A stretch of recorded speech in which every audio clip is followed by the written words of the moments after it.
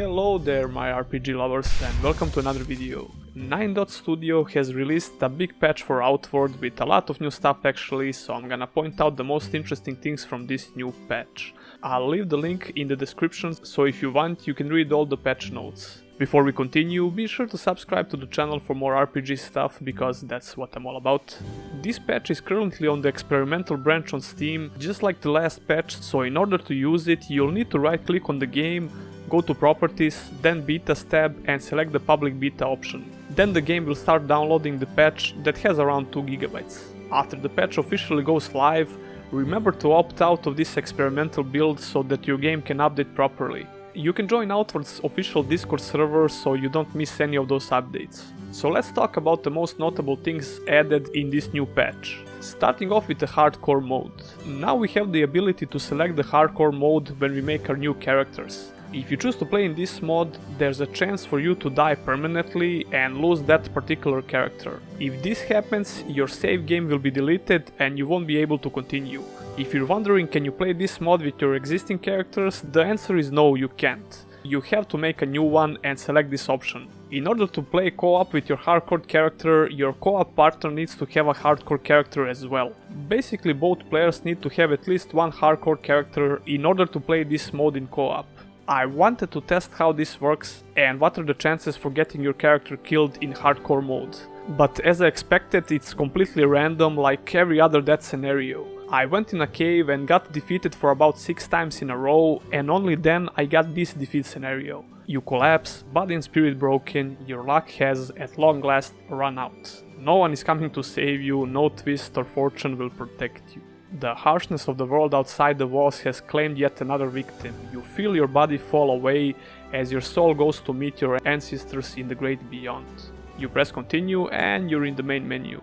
And if you try to find your hardcore save, you won't be able to. This mod is always welcome in RPGs, but I hope that 9 Studio keeps improving this mod, because they can expand it in various interesting ways I think.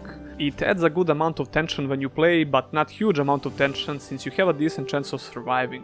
But like I said, I believe that it's completely random because I managed to die the first time when I was defeated in a fight. The next big update in this patch are new endgame items. We got 3 new sets and over 20 new weapons. I'm gonna show you all of these items in a quick showcase, and I'm only going to talk a bit more about my favorite items from this patch. All 3 armor sets are unique drops from the bosses, and there are quite a bit of new and unique weapons, but there are also reskinned weapons with better stats. The first armor set you're watching here is called Pilgrim set. Heavy armor with really good protection and decent hot and cold weather defense. It's also quite detailed if you look closely.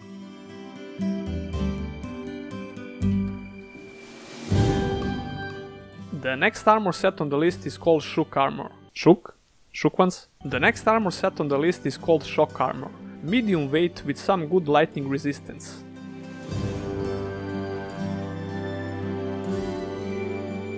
And the last set on the list is called Squire armor. Lighter set with all elemental resistances, along with minus stamina reduction and boost to your movement speed. In terms of stats, if you're going for an agile character, this set seems to be really good.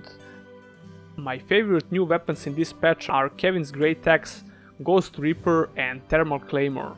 Kevin's Great Axe deals nice physical and frost damage with decent speed of 1. By the way, if these stats are maybe confusing a bit, you can check out the video where I explained all the stats in Outward. Promoting my own shit here, call the cops! Also, the look of this axe is just awesome. Ghost Reaper deals slightly less damage, but it has an interesting stat, 15% mana cost reduction, so this could be viable with some mages builds I guess. Also pole arms are awesome and I really dig the Grim Reaper style. Thermal Claymore has some really good damage numbers along with damage bonuses to fire and frost. But once again, I choose this one mainly because of the aesthetics and I really love two-handed swords. And now a quick showcase of all the other weapons added in this patch.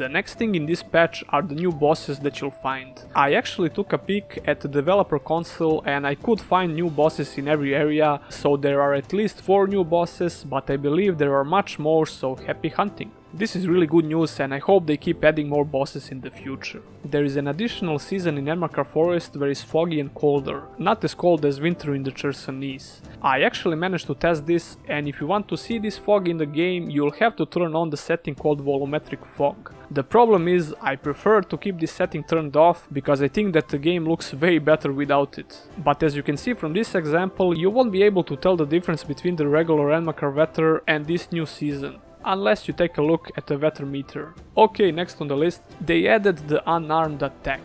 Okay, I guess. Equipment can be repaired at any blacksmith now. This is pure quality of life improvement, but it's great.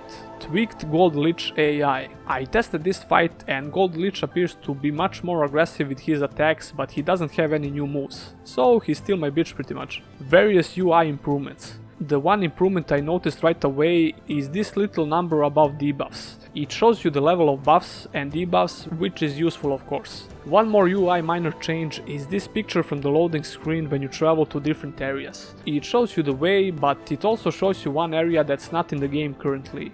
Hermerten is probably the main city of that 5th area, which didn't make it into the game. Don't quote me on this, but I believe that we'll see this new area in some future DLC. Shields now have an impact and damage stats, and also shields related skills now take into consideration the new impact and damage stats of the equipped shield for their effects. I tested shield charge and it does seem to inflict more damage depending on the shield you're using. I believe that this was kinda broken, so this fix is really good news for all shield users. And those were the things that I found most interesting from this new patch, but there are many more fixes that you can read yourself by following that link in the description. I do hope that we see more great patches like this in the future, so that Outward keeps improving, because it's truly an amazing game. Be sure to subscribe to the channel for more RPG content. I do in-depth guides, news and reviews. Special thanks to my patrons, and if you as well want to become one, I'll leave all the links in the description. See ya in the next one.